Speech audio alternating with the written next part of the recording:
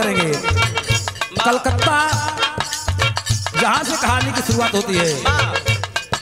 मौमिता के पिताजी बिटिया को लेकर जाकर के शिक्षा की तरफ ले जाते हैं बाबूजी।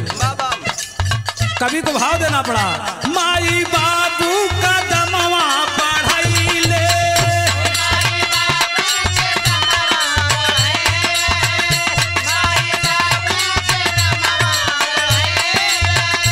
इस कुलवा में नमवा लिखाई ले,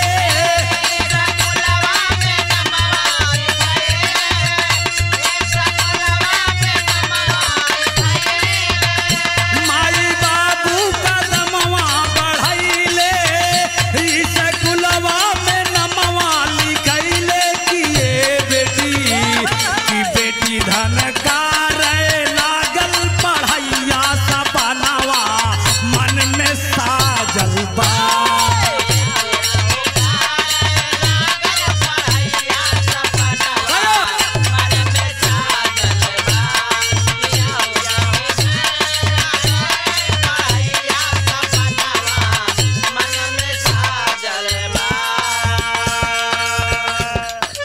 पिता बाबूजी लग रहा बहुत अच्छा बना। बेटी को लेकर के चल रहे हैं स्कूल की तरफ। आज बेटिया 5-6 साल के है। कहती है बाबूजी आप 400 रुपये टेम्पू का भाड़ा देते हैं, किराया देते हैं पिताजी, आखिर आप कहाँ से लाएंगे? कितनी संस्कार बिटिया है 5 साल की उम्र में। पापा मैं पैदल चली जाऊंगी आज से। कहाँ से लाएंगे? आप गरीबी में जीवन बिता रहे हैं। क्या बिटिया पैदल जाने लगी। अंतरा का भाव, ऊंचा कैली है गर्दन माई बाप का, नंबर लावे पढ़ैया में वह टाप का,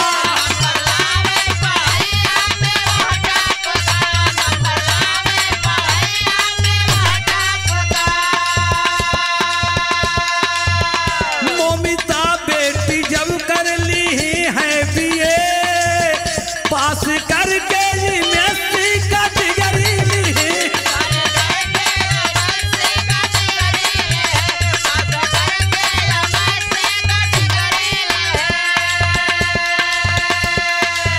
धीरे धीरे वक्त गुजरल बाबूजी।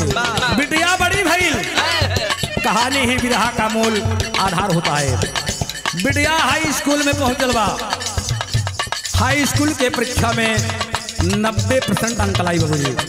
इंटर में 89% बेटिया ला करके नाम रोशन कर दिया। नाम कैली रोशन हो अपन कुलवा,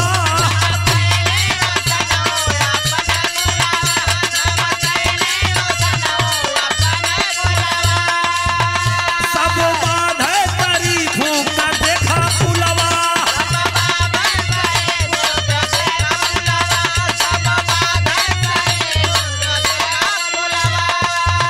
नाम कैली रोशन वो अपन कुलवा, सब बाधे तारीफों का देखा फुलवा, कि ये बेटी का जुट के ले पलैया सपनावा मन में साजल बा।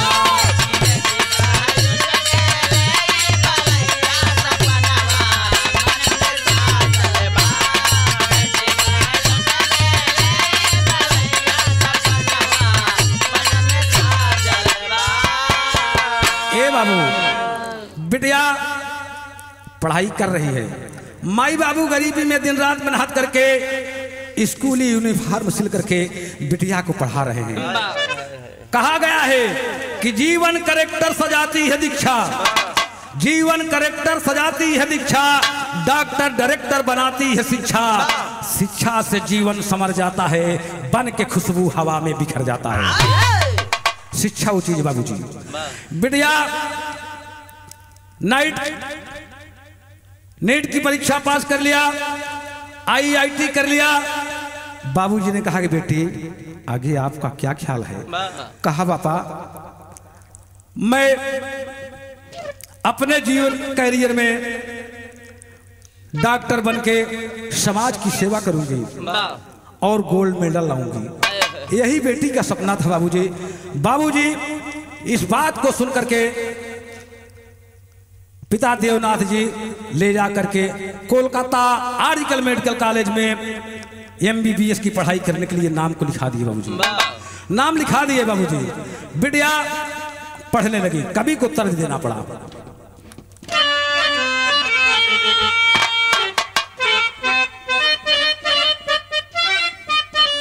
है भावा कि आइला ए राजा खेतवा जोताई के,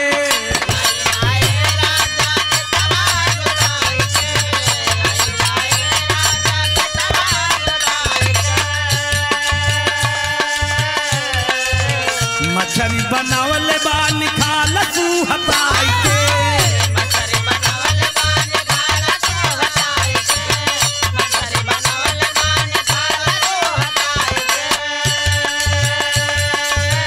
आइला ए राजा के तवा जोताई के, मछरी बनावल बा निकाल तू हटाई के, फट गइल बाला वदा बिदई बदनिया हो दा बिदई बदनिया, घेरे लगल रे घेरे लगल बदरा सिवनिया, चला धनी करे रुपनिया,